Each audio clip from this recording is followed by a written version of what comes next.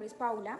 El día de hoy, junto a mis compañeros de universidad, Angie Rodríguez, Estefanía Briceño y Samuel Rincón, les vamos a hablar a ustedes un poco sobre una de las escuelas de la psicología organizacional conductista. ¿Qué es y cómo surge la escuela conductista? La escuela conductista es referida a un grupo de estudios de administración con estudios de psicología y campos relacionados a la psicología, que usan los conocimientos para proponer formas más eficaces de dirigirse a las personas en las organizaciones. ¿Cómo surge esta escuela? Surge principalmente por el hecho de un enfoque clásico no logrado, la suficiente eficacia productiva ni la armonía entre los trabajadores en el centro de trabajo. ¿Cómo ver que los trabajadores no seguían algunas conductas que se esperaban? El principal antecedente del conductismo en la psicología fue la escuela de fisiología rusa, creada por Chenov. Este autor pensaba que toda conducta era una manifestación y no tenía que ver con procesos mentales ni la conciencia. Los principales autores se encontraba Pavlov y Betret, si bien algunos antecedentes también anteriores, en donde se documentaban utilizaciones de principios conductistas y de modificación de la conducta. Uno fue Plinio el Viejo, en Roma, donde se hizo uso del condicionamiento de tipo adversivo, que no se sistematizó sino hasta comienzos del año 1920. Las principales contribuciones que hizo Pavlov a la psicología es el estudio experimental, el condicionamiento, también donde Pavlov inicia un estudio de neurosis experimental en animales que sirvió para optimizar y experimentar posibles inversiones y tratamientos. En un estudio de esos, Pavlov mostraba cómo al cambiarle el aprendizaje a los animales, esos mostraban como unas respuestas diferentes, que eran gruñidos, ladridos, como rabia, malestar a eso. En otros casos, pues las respuestas fueron inhibitorias y se mantendrían inmóviles, con la cola y las orejas caídas, o sea, como que tenían un cierto desagrado. Estas reacciones que se obtuvieron se guardaban en la relación con muchos síntomas de tipo neurótico. También encontramos algunos personajes que influyeron en la escuela conductista, que fue Willett Gunn, Hugo Monsterberg, Henry Gantt, Tom Mayo, Pavlov y Skinner. Principales postulados de la organizacional conductista. El primer conductista fue John Watson en 1913. Lanzó una especie de manifiesto titulado La psicología como el estudio del comportamiento. También es el estudio experimental, objetivo y natural de la conducta.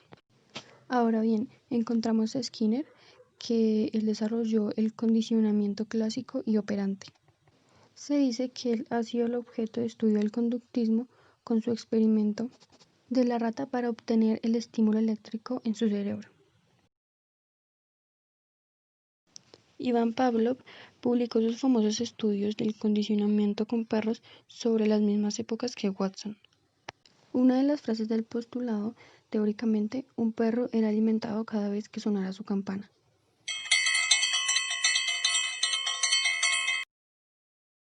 Por último, encontramos a Thorndike, desarrollo de la teoría del aprendizaje que incluía la importancia de la prueba y el error. También trabajó lo que es la ley del efecto. Aparte, sus estudios sobre la conducta animal le permitieron desarrollar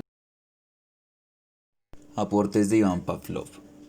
Lógicamente no hay que menospreciar el trabajo de Watson, que fue importante porque su desarrollo fue el que dio las ideas iniciales de Pavlov y las aplicó a los seres humanos.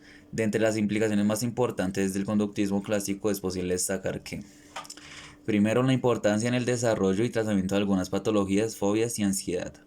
Ayudó a comprender los procesos de aprendizaje asociativo, tuvo gran influencia en el método científico en psicología, generación de hábitos de conducta mediante el refuerzo al ayudar a desarrollar el conocimiento instrumental y por último el potenciador de la generalización de los aprendizajes. Ejemplos de investigaciones en psicología que provienen del conductismo.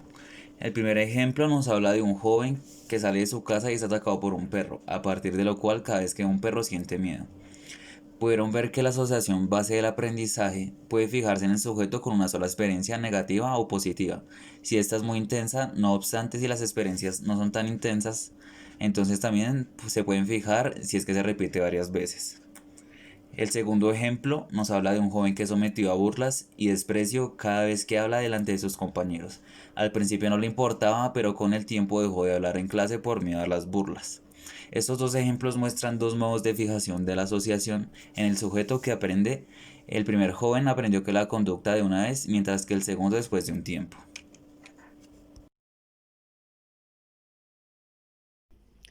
El enfoque conductista en psicología tiene sus raíces en el asociacionismo de los filósofos ingleses, así como en la escuela de psicología estadounidense conocida como funcionalismo y en la teoría darwiniana de la evolución, ya que ambas corrientes hacían hincapié en una concepción del individuo como un organismo que se adapta al medio, que quiere decir al ambiente. El conductismo asume el punto de vista de que el comportamiento no puede ser explicado apelando de ningún modo a estructuras internas o procesos dentro del cerebro. En lugar de ello, los conductistas querían explicar el comportamiento humano en términos de las relaciones entre entradas, que quiere decir estímulos, y salidas, que quiere decir respuestas. El conductismo sigue acumulando conocimientos científicos sobre la explicación, predicción y control de la conducta. Se autocorrige y reconstruye sobre sí mismo como una auténtica ciencia del comportamiento. Crea sus propios procedimientos para la obtención de datos y propone leyes sobre el comportamiento. Para que la psicología pueda ser comparada con otras ciencias tan sólidas como la física y la química y logre avances importantes en la predicción y control de comportamiento, se debe entender que los procesos psicológicos son tan naturales como las reacciones químicas y la atracción gravitacional.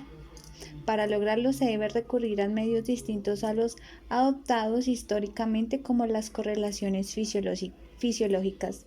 La cuantificación, la medición y la experimentación se debe atacar de frente a las instrucciones dualistas responsables de la actual condición insatisfactoria de la psicología.